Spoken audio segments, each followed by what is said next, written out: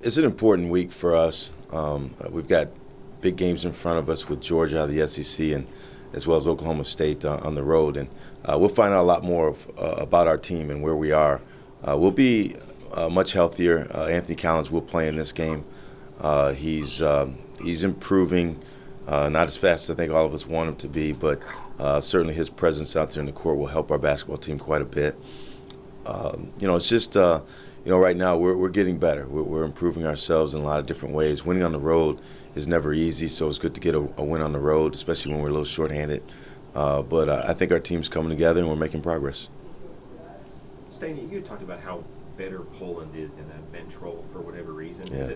Is that something where you almost now start he's more solid as a sixth man than some of your starters are because of that? Yeah, I wish I could figure out why or what the reason is, but for whatever reason, when he comes into the game off the bench, it just seems like it's a comfort zone for him. So I don't know if he realizes it or he likes it that way. We've never really had a heart-to-heart about it, but he certainly gives us a huge lift. And he's a hard guy to account for the other team.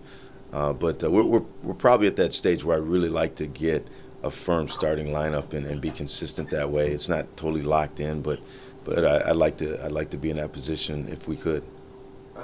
At Stetson on Monday, it seemed like we saw more Corey White, a little less Leday. Is that just individual matchups, or is Corey showing his own right now? Well, I think over this short span, Corey's experience has been a benefit for him. Just kind of knowing, how to play against bigger guys, how to be in the right position without fouling.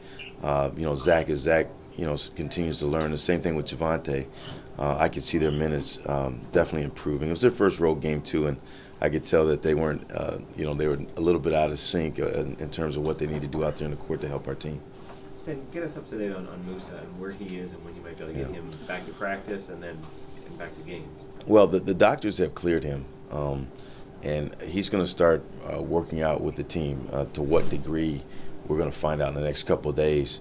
So I think there's a possibility he could play. Probably he's doubtful for this coming game against Georgia, but I think it's possible for the Oklahoma State game. So we'll see where things are. He's got to make some improvements health-wise, and then he's got to learn, our offensive and defensive schemes. He's never really had time to practice with our team. So this next week will give us a better idea of where he will be. You've got, I think, 13 days off after Oklahoma State. So very confident that he'd be able to go for that next game. Yeah, I don't see any reason why he shouldn't be able to go for sure right after the exam break. Sure. Last two games you guys have been great on defense. Is it an adjustment thing? Is it guys that are kind of really getting used to the system finally, or what do you contribute to it? Two things. One, we're rebounding better. That was probably the biggest problem. We were percentage-wise, in good spots, but we were just giving up too many offensive rebounds. The second thing is I think we're handling ball screens and we're helping each other a lot better. We're closing the lane down. Our rotations are getting a lot better. They're not exactly where I want them to be, but they're certainly a lot better than where they were early in the season. So we just got to keep working on that and solidify our defense. Joey, you have anything? Yeah, Stan, obviously you play a lot of big-time opponents in the conference over the past few years. Now you go out of conference to play somebody from, one of the other, I guess, so-called Power 6 leagues. Could you just talk about the importance of playing a game like that and being able to beat a team from a big-time conference and a non-conference game? Well, I think these games, they mean a lot as a whole, not just for us, but for our league.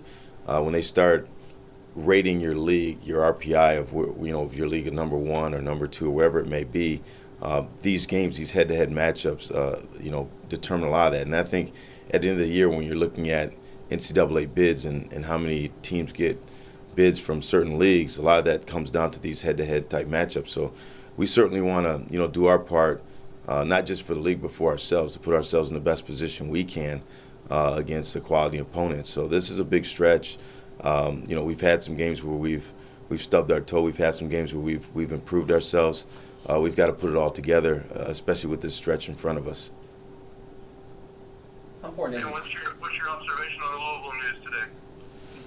Well, I mean, it is what it is. The conference realignment is happening, and I'm confident our leaders are gonna put us in the best position possible.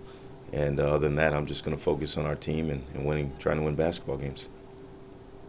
how important is it to be getting wins at home? You know, especially against a team like Georgia. But you know, we had talked earlier, really making the Sun Dome home court advantage. Yeah. You know, getting a lot of W's at home. How important is it to kind of get that going early on in the season? Well, hopefully, our fans saw that in our last game. I thought for the first time when we stepped out on the floor against Bradley, we came with a high level of energy, a high level of intensity, and we want to play that way all the time if we can, but we especially want to turn things up another notch when we play in the Sun Dome.